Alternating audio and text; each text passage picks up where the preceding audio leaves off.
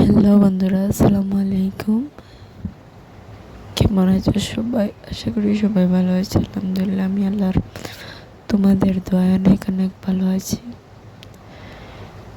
তো আজকে একটা কথা হইতাম ঘরে আইসি, আমার হঠাৎ করে খুব বেশি মনে পড়ছে তোমাদের কি এই হঠাৎ মানে আমার এই মাঠটা তোমাদের খোয়া খুব বেশি জরুরি।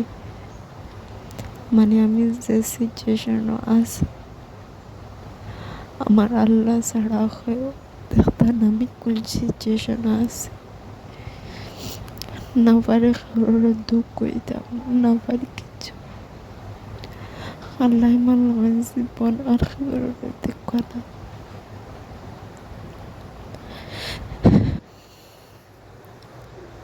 আমি জানি না আমি কিতা দোষ করছি আল্লাহর কাছে। আল্লাহ আমার উপর শাস্তি কিতা দোষ করছে।